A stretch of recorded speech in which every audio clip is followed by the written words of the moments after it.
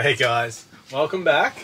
We are in the comforts of our little caravan. As you can see, the dining table, kitchenette / lounge is barely big enough to fit us two on. So yeah, you can imagine when the two kids are in as well. Who you might hear in the background, they're outside playing. But yeah, we have finished Tassie.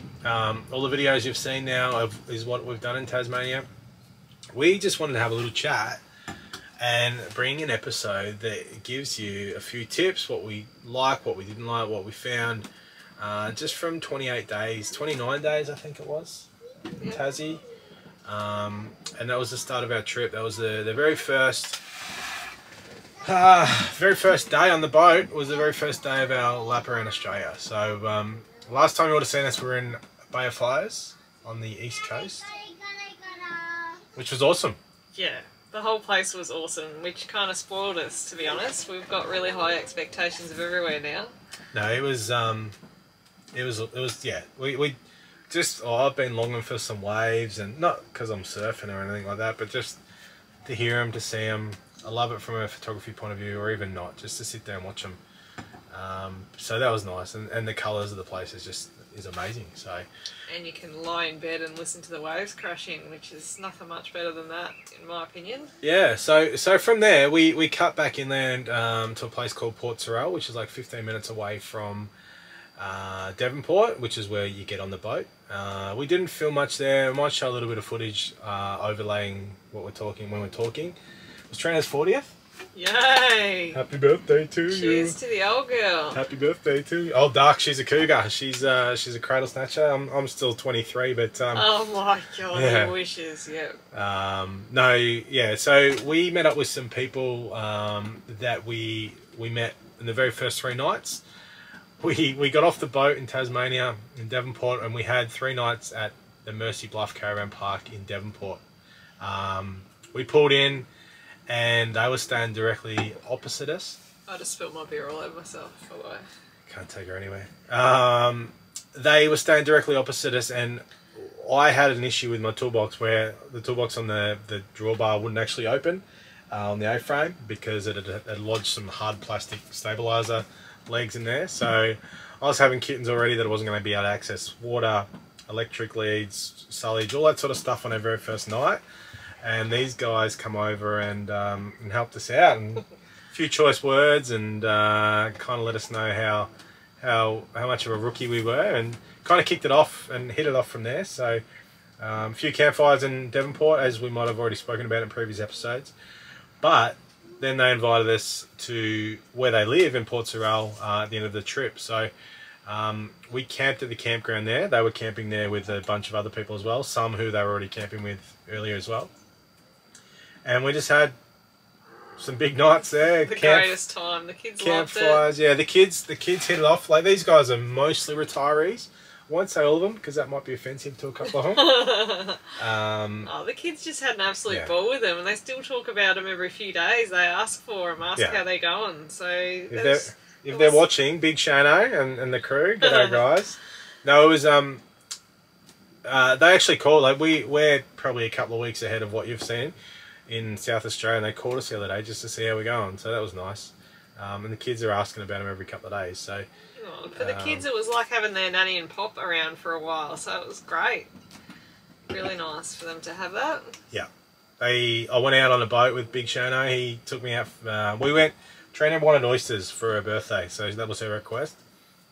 Port Sorell's got them everywhere. There's like we were out there for 5 minutes on one of the oyster shelves, and we got probably 60 odd. We could have got, I don't know, we could have got 5,000 of them if we wanted to, but every oyster you pick up is another oyster you got to shuck. So yeah, which is the bit I had to do for my birthday. Happy birthday to me. But no, they were beautiful. Eva, I reckon, ate probably 15, 16 in one sitting. So she's an oyster convert, which is probably a bad thing because it costs us an absolute fortune. But no. Yeah, so we went on the boat, then we went fishing for a little bit in the boat, or I did with Shane, and I saw my first fish on a line, on my line. So which you didn't get in the boat though. No, so I had it. I was wheeling in.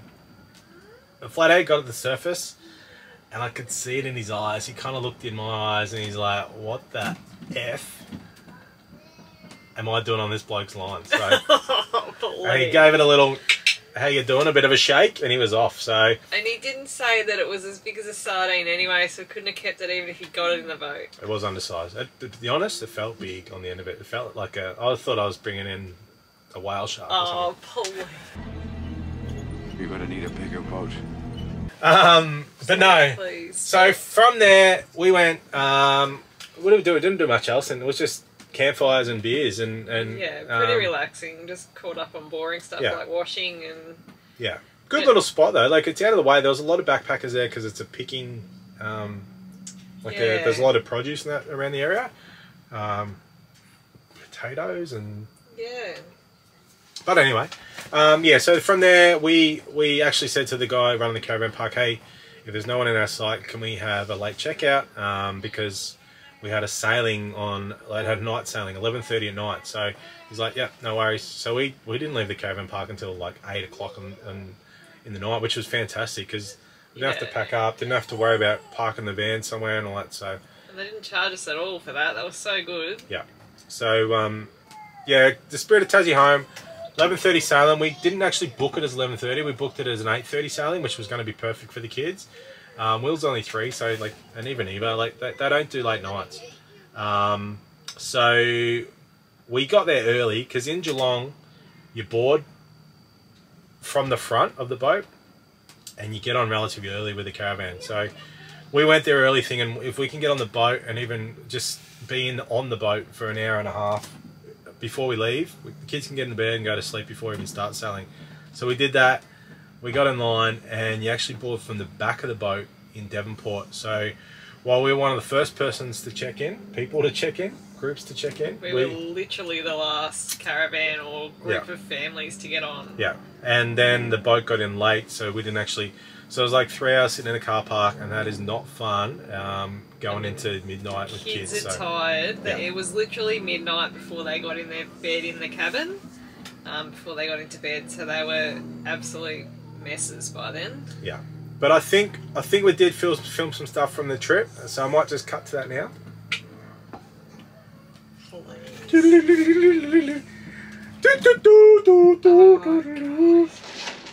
I'm on a boat. Yeah, we are just about to dock back in Geelong. Our Tassie adventures are over. On the Spirit of Tassie, we had an overnight trip last night. Left Devonport after midnight. We were supposed to leave 11:30. We didn't get on the boat till late because it didn't get in till late. We had cranky kids in the car because we got there early, thinking if we get there early, we can get on the boat early and potentially get into bed. That didn't happen. We were one of the first ones there and one of the last ones to actually get on the boat. So cranky kids, cranky parents. It's been a long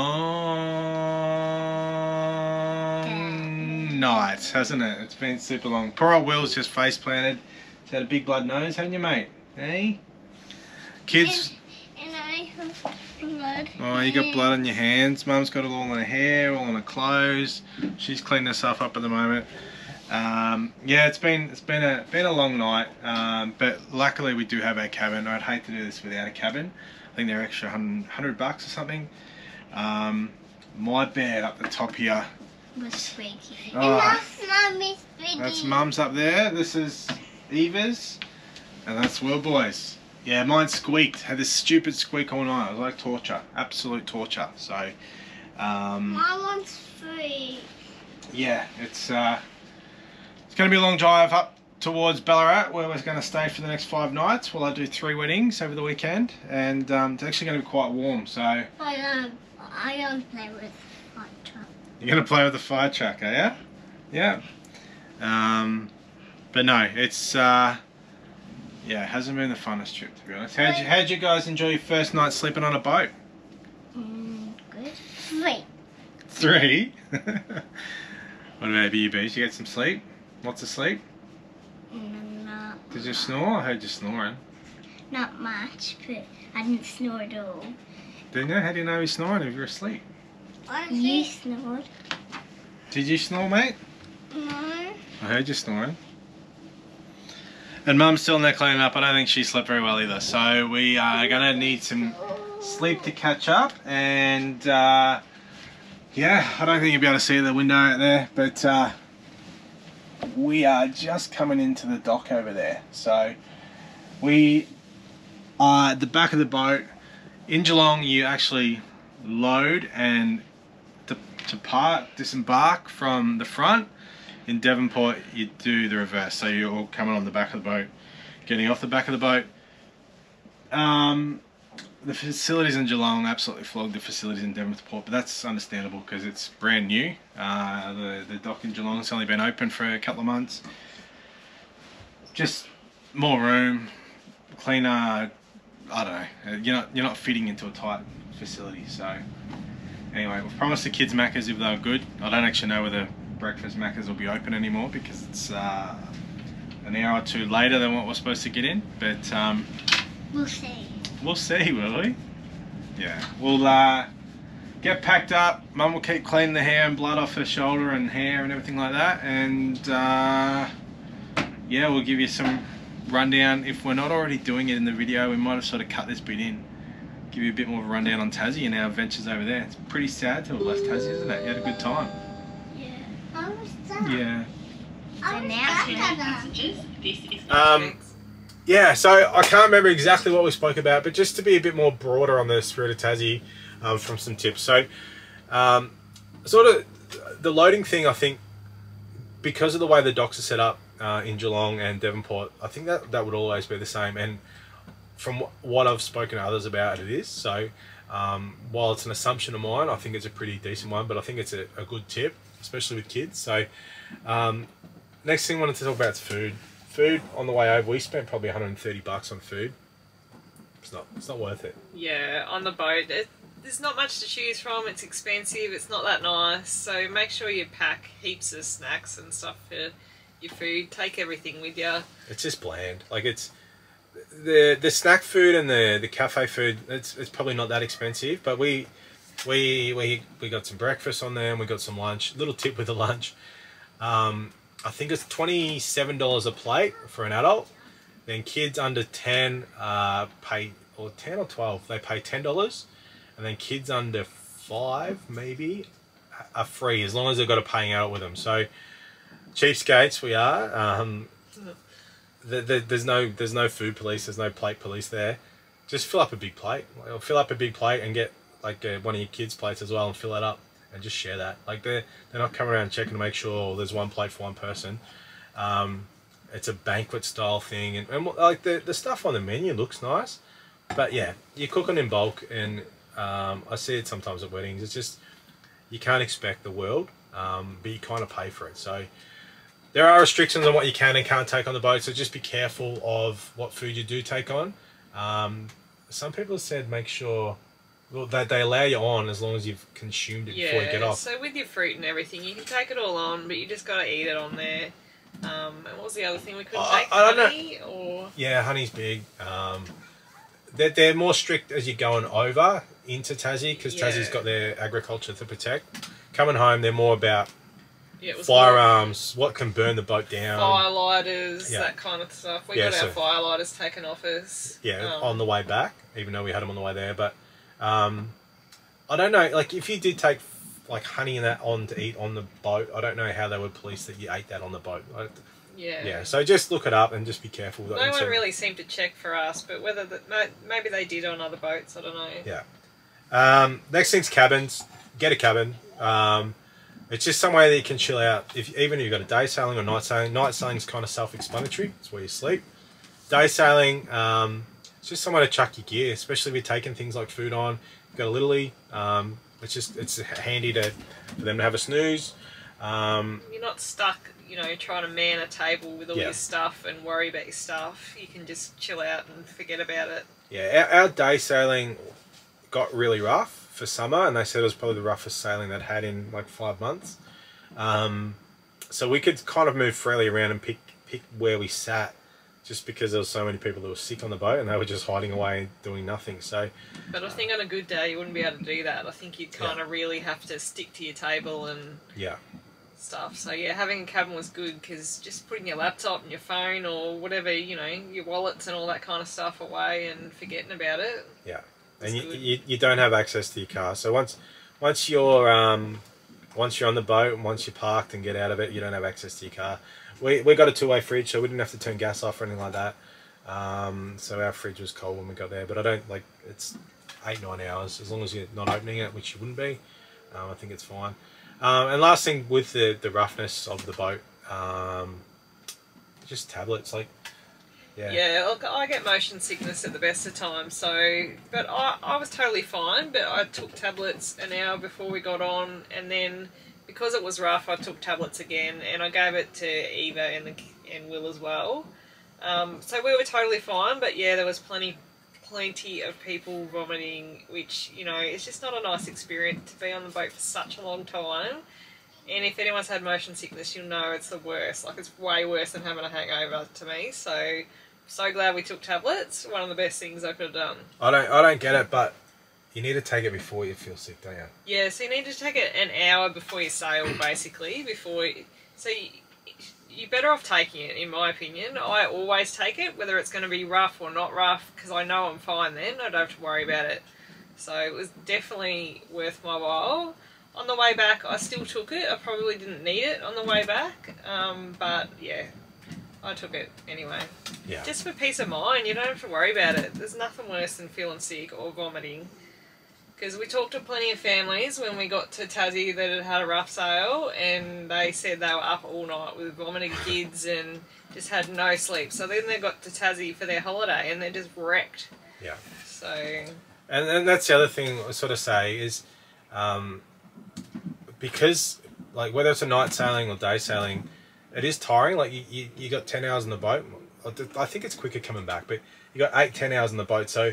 It's a long time on the boat, and you do get tired doing nothing because you've got to try and invent things to do with the kids. Like Trina took the kids to the cinemas because I was still editing weddings. I still am editing weddings now, but there's a playground. But again, like it got that rough that we couldn't use the playground. Yeah. There's the activity books they hand out, but there's things like the kids want to keep moving, and that gets tiring. So the more you can do, like we had their iPads out and they were watching that for a big time. Without them, they were a godsend, to be honest. Bribed them with food. Of time. Bribed them with pizza, like snack pizza up on the top floor. There's a bar up there, and like that's the thing. You can't get smashed because you got to drive the boat off, drive the car off the boat. Maybe I've had too many of these. Yeah. In saying that, actually, this Victor Harbour. I had a slab of the normal 375 cans, and the guy behind the counter said, "Hey, get the 440 cans, they're cheaper." So went in South Australia, do as the South Australians, but thanks to the guys, saved us a couple of bucks. Cool story. But no, like, yeah, the only other thing I'd say with the boat is just be planned or prepared as to where you're going after it as well. Like for us, we had 3 nights in Devonport because it was the start of our trip. We'd only spent 3 weekends away in this caravan, so we didn't feel comfortable with what worked, what didn't. We had a new battery management system. Yeah, we had no idea about off-grid camping. We'd never done it. We didn't know anything about the caravan, so it was good to kind of base ourselves there. Yeah. Had big supermarkets, had Bunnings, all that kind of stuff if you needed it. Yeah. Just stock up the things, like if you do have to turn your fridge off and you're worried about things going off and you need to buy that. It's all in Devonport, it's all easy. And like Launceston, and that's not that far away either. But if you are further along in your trip, you're not starting in Tassie, my suggestion would be to keep moving, because I kind of feel like 3 days, that's 10% of our trip. Yeah. It depends how much time we got in Tassie as well. And the kids, like for Eva loved Devonport. Like there was waves, she could get a surfboard out. There was safe swimming. There's plenty of things to do, and obviously we met the guys that we sort of spoke about earlier. So it's not a bad town or anything. We stayed just below the lighthouse. So.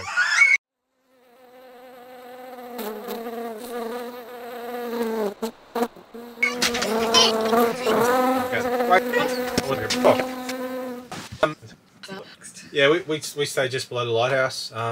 Beautiful little walks, lots of wallabies and that around. The guys at Mercy Bluff Caravan Park were like the owners. Can't remember his name now, but great guy, great people. They helped you into your site. very tight, but I kind of like the community feel of it, to be honest. Yeah, it was great. We got along with everyone. Everyone kind of wanted to have a chat to you. Yeah. But no, from there, we had, as I said, a month in Tassie. We've been to Tassie a couple of times before, and we've had a couple of camper van trips, and just exploring that way. And we kind of felt that a month would be plenty of time. It's not. It's nowhere near enough time. It's so I not. reckon 2 months minimum. I reckon is ideal. Even 2 months, I don't think you're gonna see everything you want to. It just feels rushed. But in saying that, we started out thinking we're gonna see everything, and probably halfway through we're like we're not, and made the call to cut off. Just to be okay with that. Yeah. Which I think was okay because we'd been to Tassie a couple of times before, so I felt like places that we missed out on, like Wineglass Bay and look, Wineglass Bay, Tasman Peninsula, Hobart, Launceston, the two biggest cities, the two main cities. But we've been to before, North so I Coast. didn't feel absolutely shattered. Obviously, I'd love to go back because they're all nice places, but you know, you can't do everything. I don't think. I think you just got to be okay with that. But where did we go? We started Devonport for 3 nights. Then we went to Peggs Beach, Black River Campground for another 3 nights, and that kind of felt like the first part of our trip. Like we're off grid. Yeah, our first real camping, I guess. We were hunter-gatherer over here was catching oysters out of the river. But no, it just was good. It's like that northwest coastline has massive tidal flats, so it's great for swimming because it's only this deep. But then when the tide comes in, the colours of the water are unbelievable, and that's for 100 kilometres or more. Like Boat Harbour Beach, for example, it's been voted in Australia's top 10 beaches for years. Didn't actually visit it this time. We've been there in the past. Stanley's a beautiful little town up that way. From there we went south into some of the hills at Waratah. We actually stayed at a funny little campsite in the middle of town. Some of the hills. I like how you call them some of the hills. Yeah, but it was kind of a base to explore Cradle Mountain. Honestly, I think there was a population of about 500 people, but they all must have been ill inside because we didn't see one person in the whole town. Like, we went to the pub and a couple of locals come in to buy their grog and moved on, but it just felt like a movie set. Like, it was...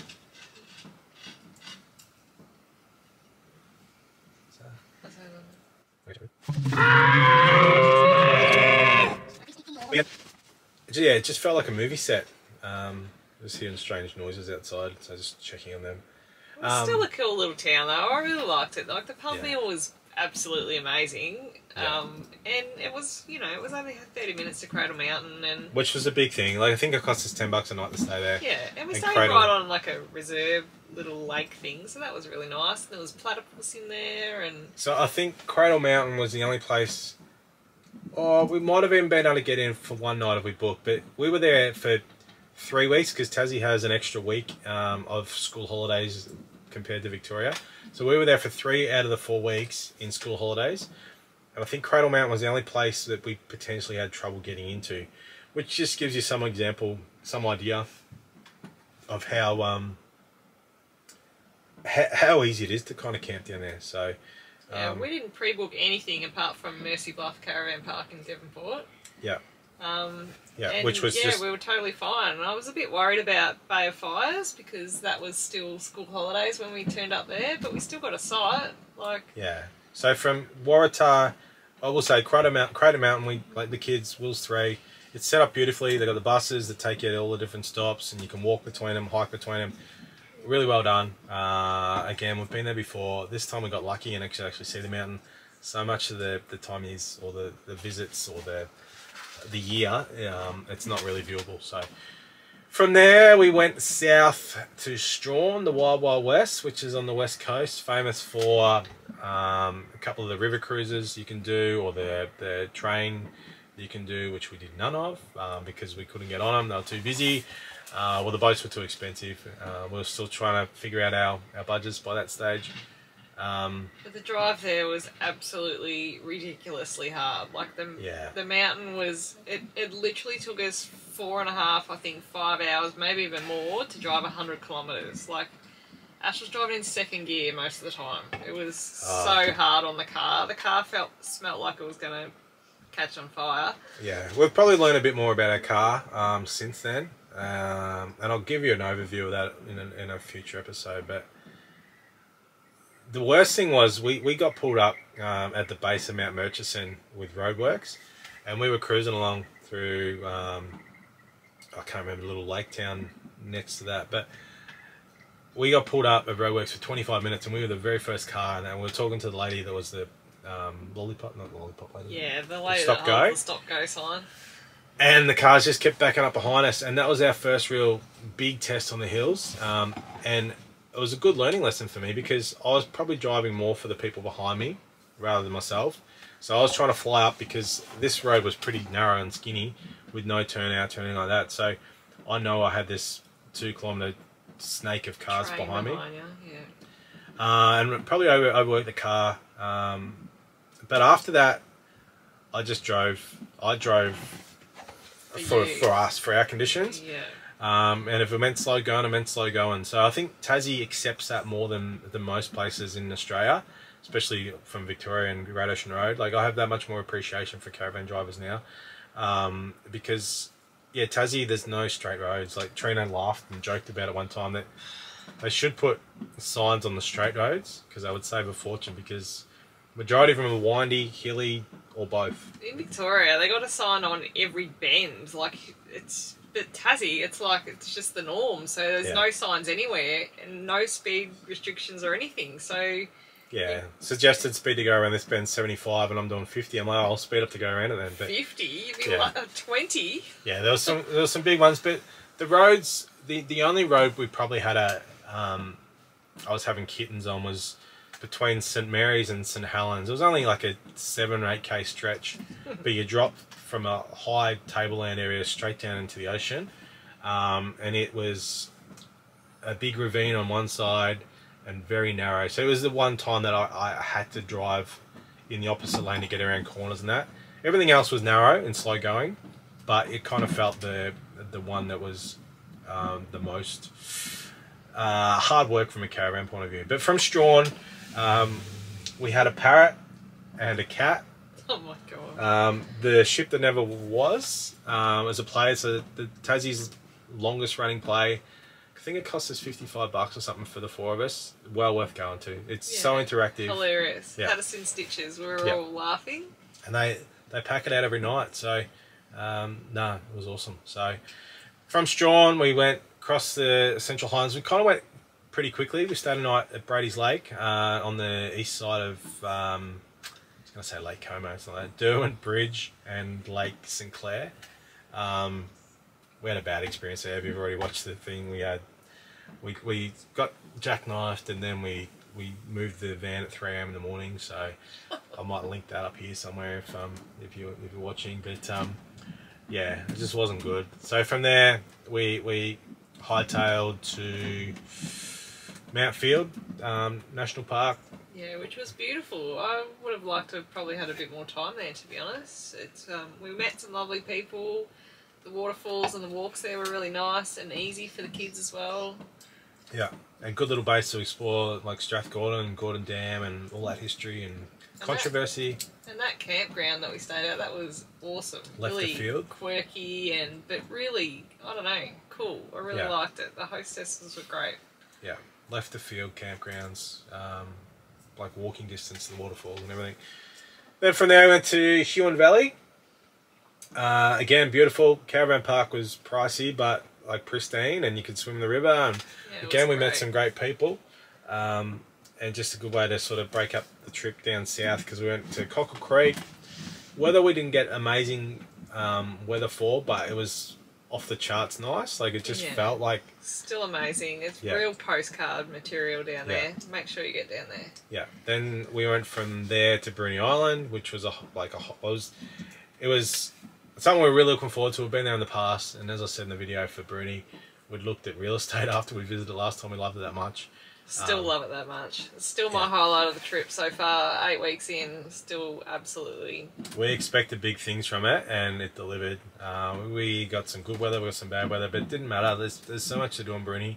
and it's all pretty accessible. So yeah, it was gorgeous, beautiful. So, and then from there we this is where we cut off the biggest chunk of the state. We basically went Bruni off the ferry, through Hobart again because we've got to drive through Hobart to get down south, and then up to Bay of Fires, kind of on the high northeast coast, east coast Tassie. So we missed Freycinet, Wineglass Bay, Tasman Peninsula, and Port Arthur. But we've done a lot of that before. Yeah, not done, but we've been there. Yeah, like I would have loved to have done some of the big hikes around Freycinet and that, but we were just like we have to go and stay somewhere rather than be continuing moving. So yeah. And we kind of felt tired too. Like we got to the point where we were sick of moving around a bit and just wanted to relax and actually enjoy the trip a bit. So we stayed at Bay of Fires for what, 5 nights? 5 nights, yeah. Yeah, which is, we've kind of felt that, I don't know, four nights is good, I reckon. We kind of feel relaxed and set up and... Yeah. And it's like, it is crazy when you think about, like on your 4th night, what we did 4 days ago. It feels like so long ago. Yeah. Like, we're sort of talking about Tassie now, and we're probably been there for 3 weeks. Since we've been there, 3 or 4 weeks now. It feels like forever ago. So, yeah, so... what else was I going to say? I was going to say something. Oh, the roads. Getting back to the roads, the condition of them is good. Like we drove on good. Like Cockle Creek's a 25k dirt road. Did some dirt roads out west as well. They're all very good condition. They do lack shoulders sometimes, so you're always concentrating on towing because that wheel of your caravan can get in the dirt pretty quickly, and they do lack turnout points, but I didn't find the locals to be aggressive or impatient or anything like that. No, they were really good, and when you did get a chance to pull over, they gave you a toot and a wave saying thanks. So yeah, I thought they were really good. So while it was a tough intro to my towing, because I think I towed maybe 5 or 6 times before that. Yeah, in some pretty easy conditions. To jump straight in the deep end of some of Tassie's mountains, which I hope I don't really see again somewhere on the trip, because I kind of got over the hills, to be honest. The locals kind of accepted that you might be doing 40 or 50 kilometres an hour in a 80, 90, 100 zone. So they just get it. They just know the conditions, so they're really patient. Yeah. Next is camping. So we'll sort of just run through where we've been. Free camping is easy in Tassie. If you want to do it, if you're set up for it, it's simple. Yeah. They do it. Loads of options. Yeah, they do it really well. And it goes from like literally free to, $10 a night to $20 a night. There's just options everywhere. So yeah, do it as much as you can. We probably didn't do it as much because we weren't used to the van, but we definitely, if we went back, would do it more. Yeah. You could go to all corners of Tassie and see it while free camping or very low cost camping, and like the whole east coast, Bay of Fires, that's free camping heaven. That's you got beach after beach after beach with campgrounds that they would house 50 vans in each thing. Some are absolute waterfront, or some like us were probably 20 meters back from some stunning scenery. I just think about, like back home in Torquay, where we're from, there's a beach called Urquhart's Bluff, which kind of reminds me a little bit of that area. And just what the locals and everyone would say if that whole beach was free camping. No. That's just insane that you can lay in your van, listen to the waves crash in, be 10 metres from the most amazing looking beach, and it's $0. Just insane. And like you see the rangers every day, like from they're cleaning up, all that sort of thing, have a chat to you and all that sort of thing. So they're not getting around telling you off on that, but they're there cleaning, making the site presentable. Yeah. So and a lot of those sites have toilets, and it's crazy what you get for nothing. Yeah. The only factor to that though is because you're in smaller towns, food is more expensive, so you've basically got IGAs, Food Works, that kind of setup. We didn't see Coles and Woolies for I don't know, ages, basically. They're only really in your bigger towns, so... And we weren't prepared. I expected, I don't know why, I thought Strawn was a lot bigger town than what it was. So I was kind of expecting we'd be able to... We didn't go into Strawn with a big shop in mind. And then when we got to Strawn, the meat truck hadn't turned up, so we were eating the dregs, basically. Yeah, and the food's really expensive. Like, it's probably 3 times what you're paying in a normal Coles or Woolies. Except Bay of Flies, IJ was brilliant. Like, it was comparable, I thought, from... Yeah. And it was huge, so... Just factor that in. We talked to a lot of families and they thought the same, that their cost of food in Tassie was probably 3 times what you really budgeted for, so... And just talking about families, like, there's travelling, full-time travelling families, full-time travelling people at every campsite you go to. Like that, I don't know whether that's always been like that, but we were joking with another family just here where we are at the moment in South Australia about you don't even need to ask people sometimes. Or saying, "Oh, are you guys travelling around Australia? Or are we doing a lap?" Because everyone's just doing it. Yeah, which is cool. Like it almost feels like we've built up this little community of people that we've met along the way already that we've bumped into a few times, or they kind of know of us, or have been in the same places, and yeah, it's good to have a chat with other people that are doing the same thing. I won't say like-minded or anything like that because it's a wanky term. But no, they kind of it's cool for the kids to be able to have some social interaction, because you go days where you're living on top of each other and you don't want to see each other. Like you want to go in all directions, and same with us, same with the kids, same with us and the kids. It's just good to have others around, and we found heaps of families there. And we sort of laughed the other day, like in the time we've spent on the road, like it clocked up 50 days the other day. We've had beers with a GP, an ex-SAS, bomb technician, an AFL footballer, like tradies, desk job people, like my accounting or photography. Everything you can possibly think of. Fly in, fly out. Yeah. And you're on the same boat in your caravan, exploring our great country. It's cool. It all sort of brings you down, and what you do. Not one family or person that we've met is hating it, really. Everyone is absolutely loving it and never wants to go back to the real world, so... Yeah. That's, there's probably not much else. Like, if you've got any questions for us about Tassie from what we saw, or what you can and can't do, or what you I only want to say one more thing. The weather... Everyone talks about Tassie being cold, and I expected it to be cold. You know, we took Ugg boots, we took gum boots, we took raincoats, we took all that. We definitely used it all, but we had 4 seasons in one day. We got sunburnt, we were freezing, the wind blew in, it poured down rain. So just be prepared for it all. And it's very, very easy to get sunburnt in 20-degree weather down there. Like the sun...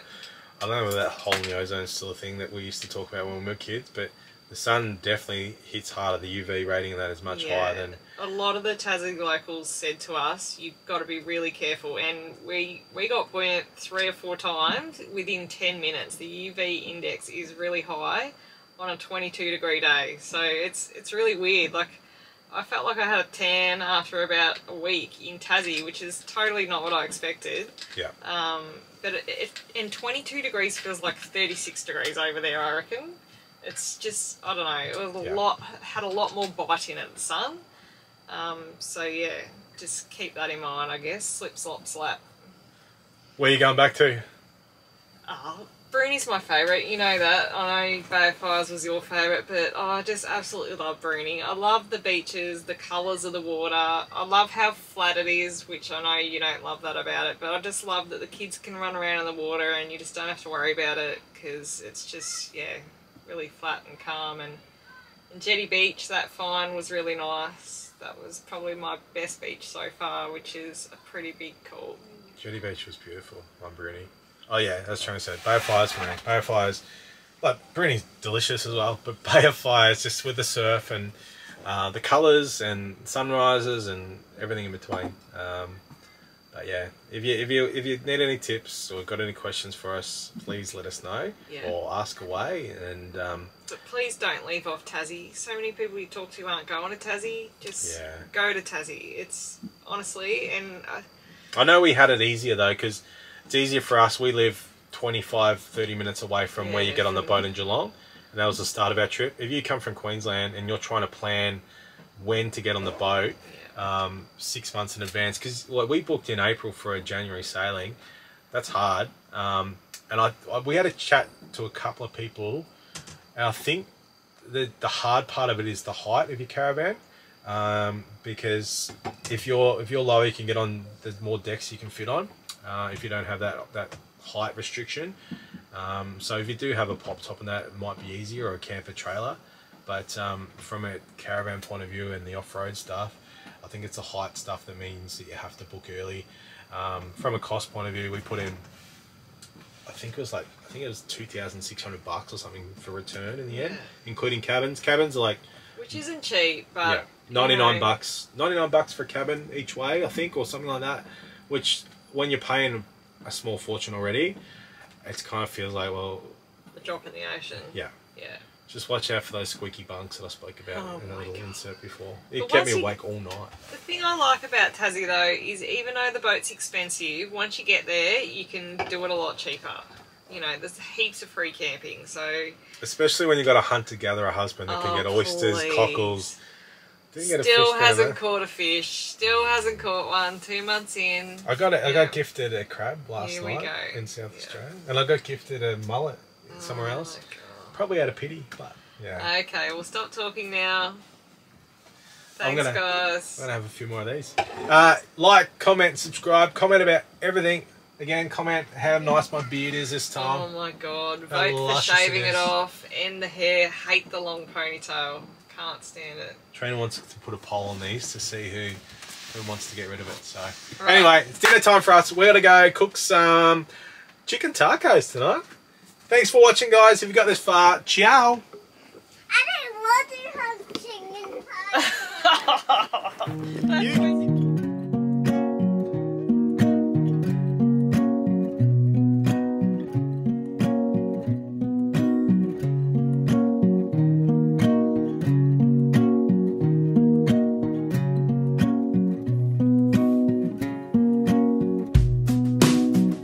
Sitting by the fireside, really feeling that I like every little time that I get a chance to close my eyes.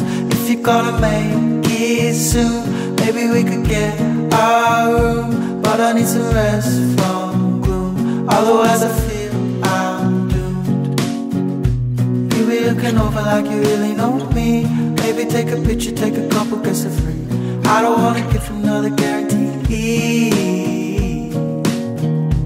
Look me in the eyes right now, run away with me, or to a place that you thought you never really see.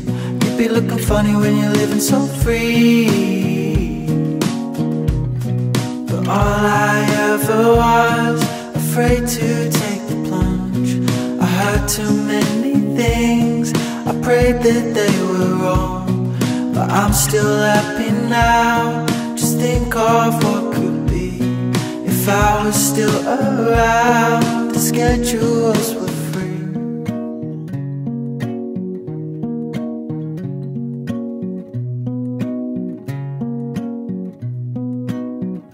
I'm missing the seas I'd swing when I used to truly bring everything I had to bring.